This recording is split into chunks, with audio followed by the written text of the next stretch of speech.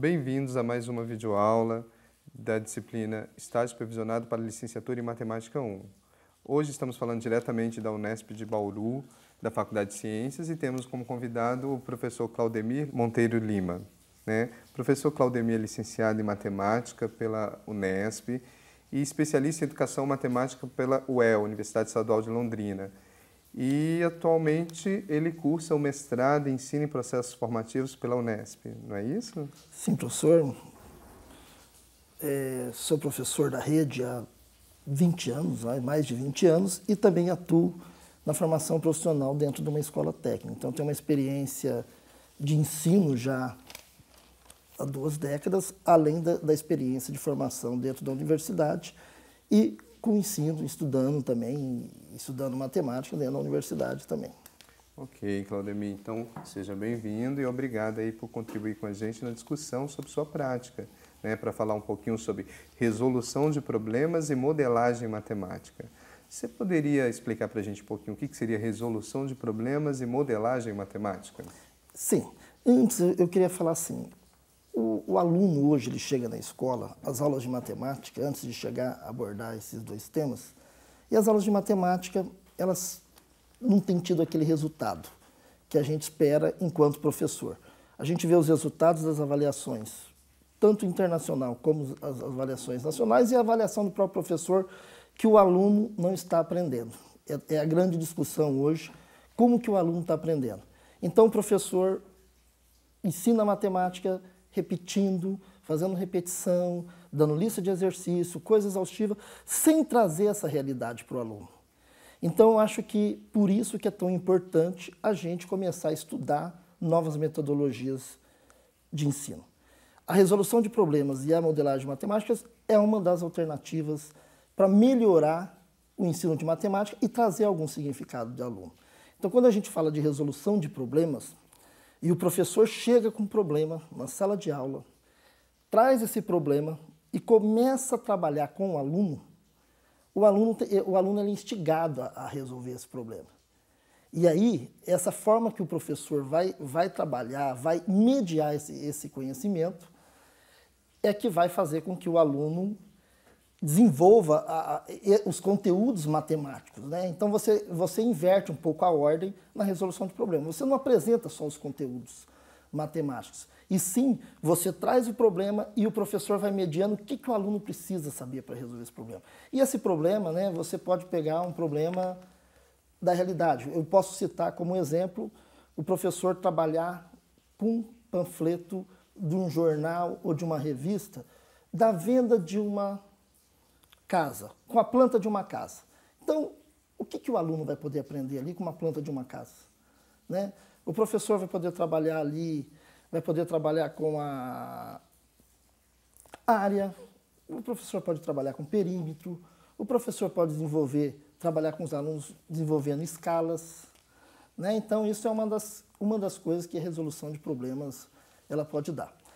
Quando você vem para a modelagem matemática, eu acho que é você trazer para o aluno uma situação real de um problema, trazendo essa situação real de um problema do cotidiano. Vamos supor, você vai discutir hoje a reforma da Previdência, o aumento do preço do ônibus. Traz um problema e vamos começar a discutir essa situação que está sendo discutida, porque quais são os argumentos que se usa na vida real? Você usa reforma da Previdência, o aumento do preço do ônibus, são argumentos matemáticos. Então, o professor ele tem que trazer essa realidade próximo ao aluno, trazer a realidade que o aluno vive para a matemática. Então, quando você tem uma situação, um problema, você faz com que o aluno se interesse mais. É interessante ressaltar também que a resolução de problema ela pode justamente trazer elementos críticos da realidade, para que se possa trabalhar também além dos próprios conteúdos, a questão da identidade, da cultura. Você vê dessa forma? Sim, como é que você enxerga isso? Porque um exemplo de um aumento do ônibus, que você usa argumentos matemáticos para justificar o preço da passagem, você consegue trabalhar com o aluno bastante conceitos que realmente é justo esse aumento? O que aconteceu na licitação?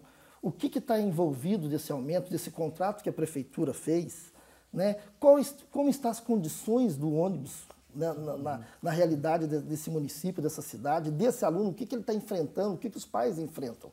Não é simples realmente você lidar. E você sabe que o argumento matemático para um aumento do ônibus é financeiro. Você vai estudar tabelas financeiras, você vai estudar matemática financeira, você vai conseguir fazer gráficos. Então, todo esse conhecimento que você agrega com uma situação real do problema com o aluno.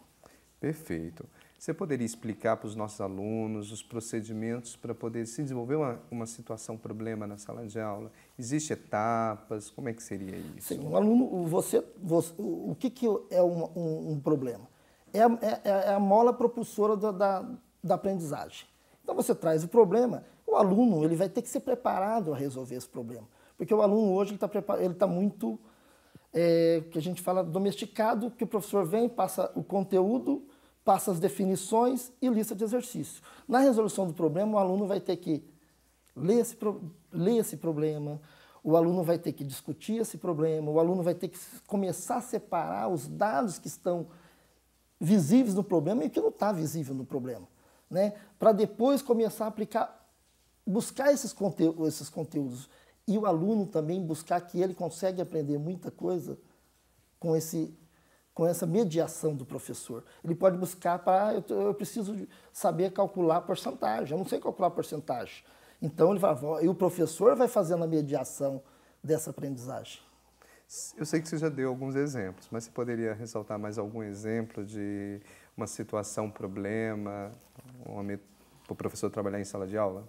Sim, você tem aí dentro da modelagem matemática, eu acho que uma situação, problema que a gente pode discutir, até acho que já citei, a reforma da Previdência, né? Porque você consegue trabalhar lá a expectativa de vida, você consegue trabalhar com o aluno se o salário dele vai ser suficiente quando ele se aposentar para sobreviver. Você consegue ver com qual a região do Brasil, você consegue trazer a geografia dentro, assim, porque em alguns estados a expectativa de vida é maior, outra menor. Você consegue trazer elementos para essa discussão, né? E depois disso daí, você tem o problema, né? Você tem a situação e você vai começar a modelar, né? E dependendo da série, você consegue chegar numa equação, você consegue chegar numa função, né? Dependendo do objetivo que o professor quer. E cabe ressaltar que nesse processo o aluno não vai ter medo da matemática. Por quê? O professor tem que saber que não haverá erros. O que vai haver é analisar o processo de aprendizagem. O erro faz parte desse processo. Então, essa é a nova dinâmica, que talvez seja a chave para que o aluno comece a gostar de matemática. Ele não vai ficar sendo penalizado com uma prova que é uma repetição de um conteúdo estudado. Ele vai começar a estudar matemática e a avaliação se torna diferente. Porque você vai avaliar o processo, como ele está desenvolvendo. Seja por meio de resolução de problemas, seja por meio de modelagem matemática, ou por outra metodologia que não seja aquela que é habitual, que a gente está vendo na escola e que já sabe que não está tendo resultado. A gente poderia retomar um pouquinho da modelagem, né? O que seria, de fato, a modelagem? Como seriam os procedimentos, a adaptação do ambiente? Como é que seria esse processo? Sim, a sala de aula ela tem que ser um pouquinho modificada do que é o usual do professor. O aluno tem que aprender a trabalhar em grupo. Porque eu tenho uma situação, um problema, o aluno...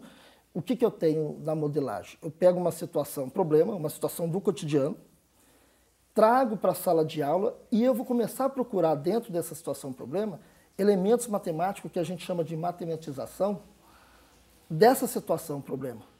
Para assim eu chegar ou não, dependendo da série que eu estou estudando, no modelo matemático, pode ser uma função ou uma equação. Então, esse ambiente da sala de aula precisa ser melhorado. O professor não dá para ele trabalhar. Então, o aluno vai ter que trabalhar em grupo, o aluno vai ter que buscar elementos fora, vai ter que ter uma interdisciplinaridade, às vezes, com outras disciplinas, né? Então, ele tem que estar buscando elementos na história, na geografia, na física, na química, para resolver uma situação. Porque a modelagem matemática, você pode trazer um problema da física, e trabalhar na matemática. Um problema da biologia, trabalhar na matemática. Problema de poluição e trabalhar na matemática. É trazer realmente uma situação no cotidiano, que o aluno consiga entender para que serve a matemática, porque ele não tem essa visão.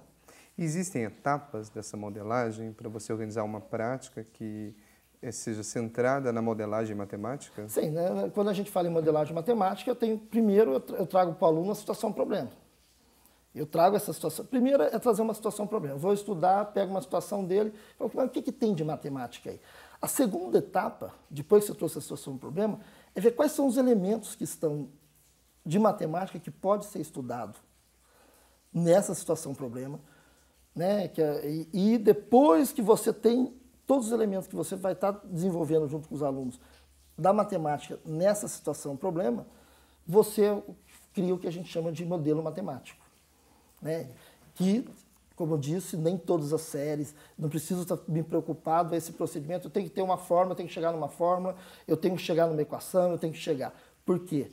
Em todos os processos, tanto da resolução e da modelagem, é a forma que o aluno começa a ter o contato com a matemática.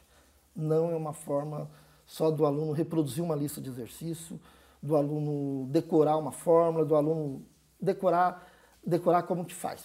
Então, ele começa a ver uma aplicabilidade do que ele está estudando.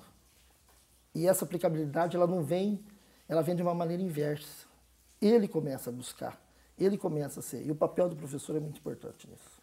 Você tem algum exemplo de um modelo matemático? Sim, a gente pode parar a pensar em modelo matemático, como eu pegar um exemplo do aluno que aluga um carro, e se esse aluguel de carro vai compensar ele alugar por dia ou por quilometragem. E aí o aluno pode pegar esse exemplo, né, começar a fazer gráfico, né, começar a analisar quantos quilômetros que ele acha que ele vai andar, se compensa ele alugar por dia, se é mais vantajoso ele alugar esse carro, né, como algumas locadoras de carro elas fazem, aluguel por dia ou aluguel por quilometragem. Ele começa a preparar tabelas, ele começa a pegar uma situação, e a situação é simples, alugar um carro, né? Ok, Claudemir, muito obrigado pela sua participação, né, e agradeço os alunos que nos acompanharam e aguardo vocês na próxima videoaula.